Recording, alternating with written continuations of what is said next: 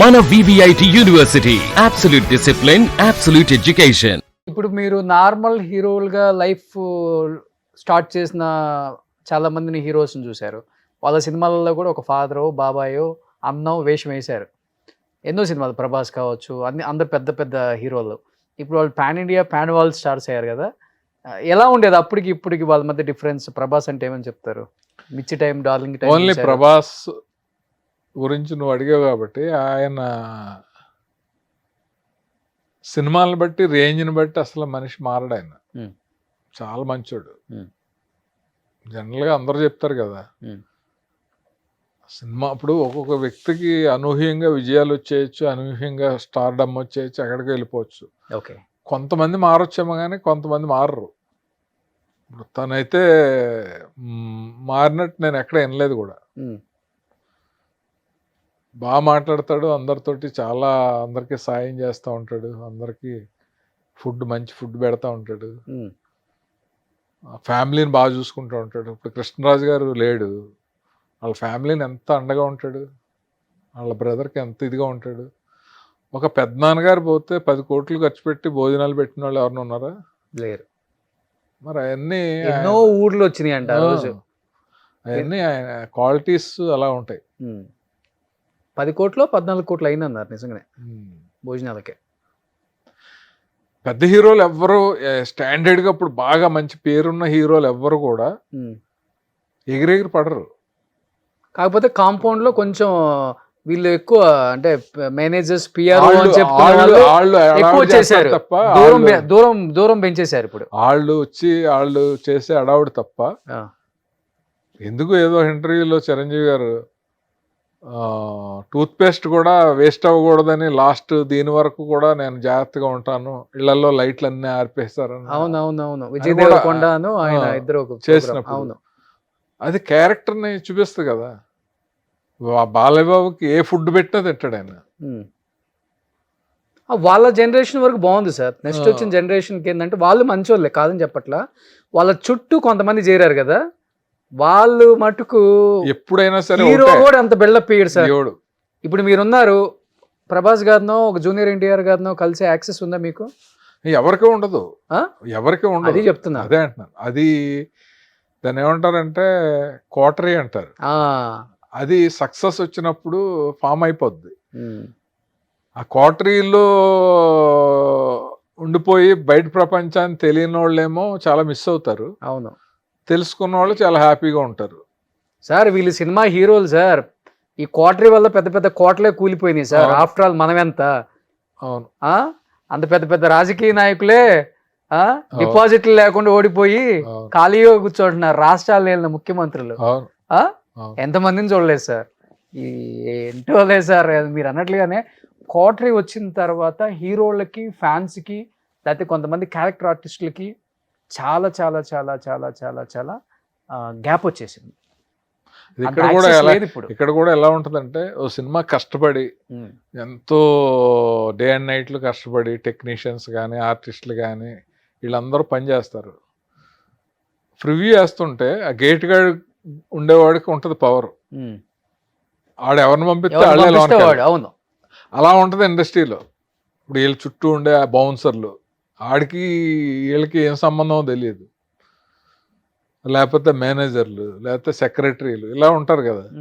అది ఏంటంటే స్టాండర్డ్గా ఉండదు. అది అంటే నేను అంటే అక్కడ ఉన్న అదే మేనేజర్ ఖాళీ అయిపోయి బయటకు వచ్చాక ఆయన పట్టించుకునేవాడు ఒక్కడు కూడా ఉండదు. అవును, ఇప్పుడు కొంతమంది రాజకీయ నాయకులు ఉంటారు, వాళ్ళు సపరేట్గా వాళ్ళు వస్తున్నప్పుడు వాళ్ళకి సపరేట్ చేరేసినప్పుడు చాలా మంది రాజకీయ నాయకులు అవాయిడ్ చేసినవి ఉన్నాయి, మనం చూసాం. తీసేయండి, నార్మల్గా అందరితో పాటు నాకు వేయండి, వాళ్ళతో పాటు కూర్చుంటానని వాళ్ళని కూడా చూసాం. నేను అమెరికా ఒక ప్రోగ్రామ్కి వెళ్తే నాట్స్కో దేనికో అనుకుంటా, ఒక హీరో వచ్చారు, నాట్సో తానాను వస్తే, ఇంకా ముందు వరుసలో అందరూ పెద్ద పెద్ద బిలీనియర్సే. అమెరికాలో ఎట్లా ఉంటుంది మీకు తెలుసు కదా సార్, ప్రతి వాడు బిలీనియరే, మన తెలుగువాడు. అంటే స్పాన్సర్లు ఆ షోలకి. హీరో వస్తున్నారని ఆయన చుట్టూ ఉన్న కోటరీలో ఉండే కొంతమంది ఎవరో చెప్పారని అప్పుడు దాకా హ్యాపీగా ఉన్న లైను ఒక పావు గంటలో చెల్లా చెదురు చేసేసి వచ్చిన కొంతమంది పొలిటీషియన్స్ని అటెళ్ళండి ఇటెళ్ళండి, అక్కడ బ్లాక్ గోడ్స్ మనకు తెలియదు కదా వాళ్ళకి, వీళ్ళు ఎవరో కూడా నెట్టేయటం, తోసేయటం, ఇలా పెట్టి సర్కిల్ని ఈ పెట్టేశారు, తాళ్ళు గీళ్ళు అన్నీ ఐరన్ రాడ్స్ పెట్టేసి మిడిల్ వరకు 2 సోఫాలు వేశారు. అవును, షో అయిపోయే వరకు ప్రతి ఓడు తిట్టుకోవటమే సార్. అది చాలా మంది సఫర్ అవుతారు. అది అది ఇండివిజువల్గా కూడా ఎలా ఉండాలంటే, సపోజ్ నా విషయంలో చెప్తున్నాను నేను. మా ఊరు, నేను ఒక కుగ్రామం నుంచి వచ్చాను కదా. సో ఇక్కడ ఒక ఐడెంటిటీ ఉంది మనకి, ఒక సెలబ్రిటీ హోదానో లేకపోతే ఒక ఇన్ని సినిమాలు చేశారనో ఒక హిస్టరీ అని ఉంది. మా ఊర్లో ఇంత కూడా తెలియదు. నేను వెళ్తే అసలు చూపించను. అప్పుడు ఎలా ఉన్నానో అలాగే ఉంటాను. ప్రతి ఓళ్ళతోటి క్లోజ్గా మాట్లాడతాను, ఇంటికి వెళ్ళిపోతాను. నా ఫెయిల్యూరు నా సక్సెస్ వాళ్ళకి తెలియదు. మనల్ని ఫస్ట్ నుంచి చూసిన వాళ్ళు ఏం బట్టి అలాగే నాకు అది కోరుకుంటాను నేను. ఏంటంటే ఈ మధ్యన సినిమాలు చేయట్లేదా అని కానీ, లేకపోతే ఈ మధ్యన ఏంటి ఆ సినిమాలు ఇలాంటివి ఉంటాయి కదా డిస్కషన్స్, అంటే కొంచెం జర్నలిస్టుల క్వశ్చన్లు. ఇప్పుడు ఏం చేస్తున్నారు, నెక్స్ట్ ఏంటి, ఇలాగా. ఆ ఊళ్ళో ఆ టాపిక్ ఉండదు. ఎప్పుడు వచ్చావు, ఎన్ని రోజులు ఉంటావు, వాళ్ళు నచ్చింది ఉంటే వాళ్ళు పెడతా ఉంటారు. మనం ఫ్రెండ్స్ పాత వాళ్ళందరినీ ఇక్కడ మనకి 10 ఏళ్ళకి వచ్చి పెట్టాలంటే 1 నిమిషంలో అయిపోద్ది.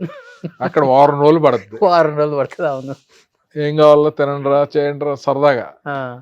కానీ ఇంతకుముందు సంవత్సరానికి 1/2 డజన్ సినిమాలు చేసేవాళ్ళు మీరు. ఏంటి అసలుకి, అంటే పాన్ ఇండియా పాన్ వరల్డ్ వచ్చిన తర్వాత తెలుగు వాళ్ళ అవసరం లేదనిపించిందా డైరెక్టర్లకి, ప్రొడ్యూసర్లకి, లేకపోతే సినిమాలు తగ్గిపోయింది ఓవరాల్గా? అంటే అప్పుడు 10 సినిమాలు చేస్తే ఎంత డబ్బు వస్తుందో, ఇప్పుడు ఒక సినిమా చేసినా అంతే డబ్బు వస్తుంది. ఇస్తున్నారా?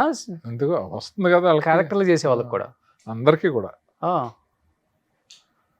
ఇప్పుడు హైయెస్ట్ రెమ్యునరేషన్ ఎంత సార్ పర్ డేకి? ఎవరిది? మీది 1 లక్ష ఉంటుందా? ఎందుకంటే ఇప్పుడు మామూలుగా ఓపెన్గా నాది ఎలా ఉంటుందంటే, రోషన్, నేను యాక్టర్ అయింది యాక్సిడెంటల్గా అయ్యాను. డైరెక్టర్ అవుదామని వచ్చి నాకు డైరెక్టర్స్ కష్టసుఖాలు తెలుసు. అందువల్ల నేను మేనేజర్ని కూడా పెట్టుకోకుండా 3 కేటగిరీలుగా చేసి క్యారెక్టర్ కోసం సినిమా చేద్దాం అనిపించే సినిమాలు కొన్ని చేశాను. ఓకే, కేవలం డబ్బులు బాగా ఇస్తున్నారని సినిమాలు చేద్దాం, వాళ్ళు ఎవరో నాకు తెలియదు, సెంటిమెంట్ ఏం లేదు, కొత్త వాళ్ళు నేను అనుకున్న డబ్బు, నా ఫెసిలిటీస్ నాకు ఇలా ఇస్తే చేద్దాం అన్న చేసాం. కొన్ని మనుషుల కోసం చేసాం. ఇప్పుడు రోషన్ నాకు ఎప్పటి నుంచో ఫ్రెండ్, అతను సినిమా తీస్తున్నాడు, వచ్చి అడిగితే రెమ్యునరేషన్ ఎంత, అదేంటి ఇదేంటి అని లేకుండా చేసాను. వాళ్ళు నా గౌరవం తగ్గకుండా వాళ్ళు ఇచ్చుంటారు. సో అందువల్ల నేను ఫ్లెక్సిబుల్గా సినిమాలు చేసినప్పుడు ఈ 250 సినిమాలు అలాగే చేశాను. అందువల్ల ఎక్కడ మనకి చిన్న ఆయన యాక్టర్ అయ్యాక అసలు నాకు హెల్ప్ చేయలేదు, నేను క్యారెక్టర్ కోసం వెళ్తే ఇలా చేశాడు అనేది ఇంత కూడా నెగిటివ్ ఉండదు. ఓకే, ఎంతోమంది డైరెక్టర్లు మేము వెళ్ళినప్పుడు హెల్ప్ చేశాడు, కొన్ని అయితే డబ్బులు తీసుకోకుండా కూడా చేశాను. ఓకే, అదే ఖాళీగా ఉంటే ఏమొస్తుంది, కాలక్షేపం. ఖాళీగా ఉంటాం కాదు, మనిషికి చేయాలని చేసాం అంతే. అదే 2 ఉంటాయి కదా, ఖాళీగా బోల్డ్ పని ఉంటుంది. బిజినెస్లు కాదమ్మా, లైఫ్లో చాలా మంది ఖాళీ అంటారు. ఖాళీ అనేది ఒక ఏజ్ వచ్చిన తర్వాత అంతే కదా సార్. కాదు, ఏ ఏజ్ వచ్చినా సరే కమర్షియల్ యాంగిల్లో నువ్వు ఆలోచించి ఖాళీ బిజీ అనుకుంటున్నావు కదా. ఒక మనిషికి ఎంజాయ్ చేయాలంటే ఎన్ని మూమెంట్స్ ఉంటాయి. ఒక ట్రిప్కి వెళ్ళలేమా, అదేలే, ఒక రిలేటివ్స్ దగ్గరికి వెళ్ళలేమా, మన సొంత ఊరు వెళ్ళలేమా, లేకపోతే ఇప్పుడు మొన్న నేను మెడ్రాస్ వెళ్ళాను. ఎలా ఉంది ఇప్పుడు? అదే చెప్తున్నాను, అన్ని అభివృద్ధి, అవసరాలు, అమ్మకాలు పేరుతోటి మొత్తం మారిపోయింది. నేను వెళ్ళి నా ఫస్ట్ టైం నేను రూమ్లో ఉన్న చోటకి వెళ్ళి నేను ఆంధ్ర క్లబ్లో దిగాను టీ నగర్లో.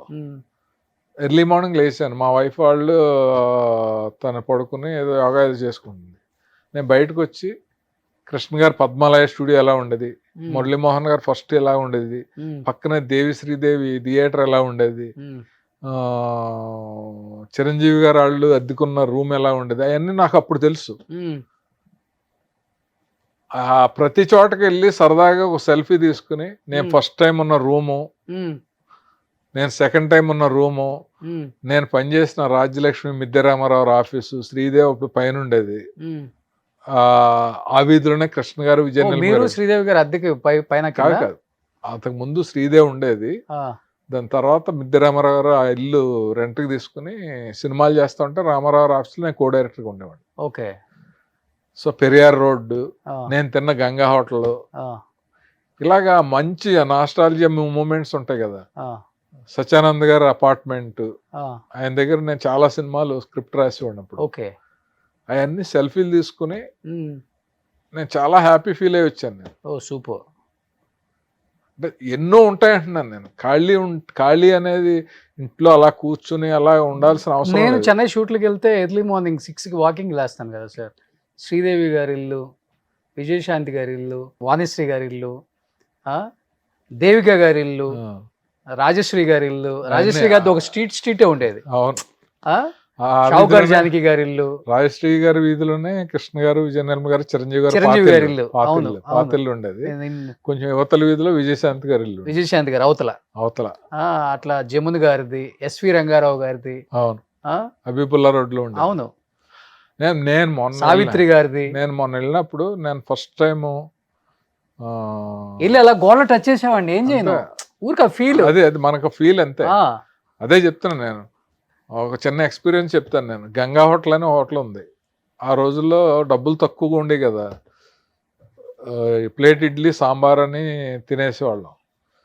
అప్పుడు ఒక అతను అదేదో గాణమర్రు అంటారు కదా, ఒక అతను ఉండేవాడు. మొన్న లాస్ట్ టైం వెళ్ళినప్పుడు సేమ్ అక్కడికి వెళ్ళి ప్లేట్ ఇడ్లీ సాంబార్ అడిగాను. ఆడు నన్ను గుర్తుపట్టలేదు. అప్పుడైతే గుర్తుపట్టేవాడు. తిన్నాక 200 ఇచ్చాను. ఇస్తే 45 ఎంతో అయింది. 150 రూపాయలు టిప్ ఇచ్చేసాను. ఆడు షాక్ అయిపోయాడు. సార్ మరింది పోరింగ్లా పణం అంటే లేదు, ఇచ్చుకో అన్నారు. అతను అప్పుడు అమ్మే అతను ఇప్పుడు ఉన్నాడా? ఉన్నాడు ఆడు. ఆడికి అప్పుడు దగ్గరికి వచ్చి చెప్తే ఆడు ఫీల్ అయ్యాడు. ఇలా పట్టేసుకున్నాను నేను. అప్పుడు 10 పైసలు 20 పైసలు ఇస్తా ఉండేవాళ్ళం ఆ టైంలో. 50 రూపాయల బిల్లుకి 150 రూపాయలు టిప్ అంటే ఆడికి షాక్ అవుతాడు కదా. సో అలాంటివన్నీ ఇష్టం నాకు. సో ఎంజాయ్ చేసి వచ్చారు మళ్ళీ చెన్నై వెళ్ళి? చేసాం 2 రోజులు. అంటే అరుణాచలం ట్రిప్కి వెళ్ళాము మా వైఫ్ నేను. ఎలా ఒక రోజు మద్రాసులో ఉండి మొత్తం అన్ని చూడాలని చెప్పి. Super great. అలా కొంతమంది వెళ్ళే హీరోస్ కూడా ఉన్నారు ఇప్పటికి కూడా. ఎందుకుంటారు, ప్రతి వాళ్ళు ఉంటారు. చాలా పెద్దోళ్ళలో ఈ ఫీలింగ్స్ అన్నీ ఉంటాయి సార్, డెఫినెట్గా ఉంటాయి. ఇప్పుడు ఖాళీగా ఉన్నప్పుడు ప్రతి వాళ్ళు ఖాళీ అనేది లేకుండా ఎవరు ఉండరు కదా. వంట చేయటంలో ఇంట్రెస్ట్గా ఉన్నవాళ్ళు బోల్డ్ మంది హీరోలు ఉన్నారు. అవును. నాకు కూడా సరదా. మా ఇంట్లో రానివారు కానీ, ఎందుకంటే బ్యాచిలర్గా ఉన్నప్పుడు మేము చేసుకుందే కదా మీరు.